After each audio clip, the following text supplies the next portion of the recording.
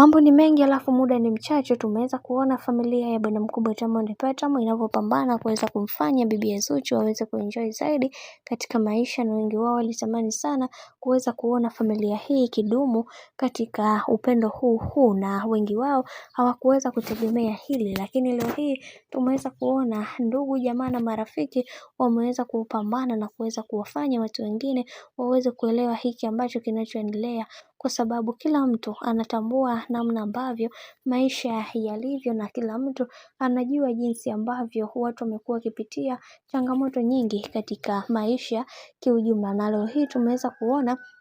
baadhi ya watu wengi waliweza kufunguka na kusema ya kwamba kuna vingi vimeweza kutokea, na wengi wao huwa wanatamani sana kuweza kuona bibi Zuchu akiwa katika misingi imara na mikakati iliyo bora zaidi, kwa sababu kuna mambo mengi ambayo yamewafanya watu wengi waweze kuzungumza vingi, na hiki ndicho ambacho kinachofanya watu wengi waweze kupambana na kufanya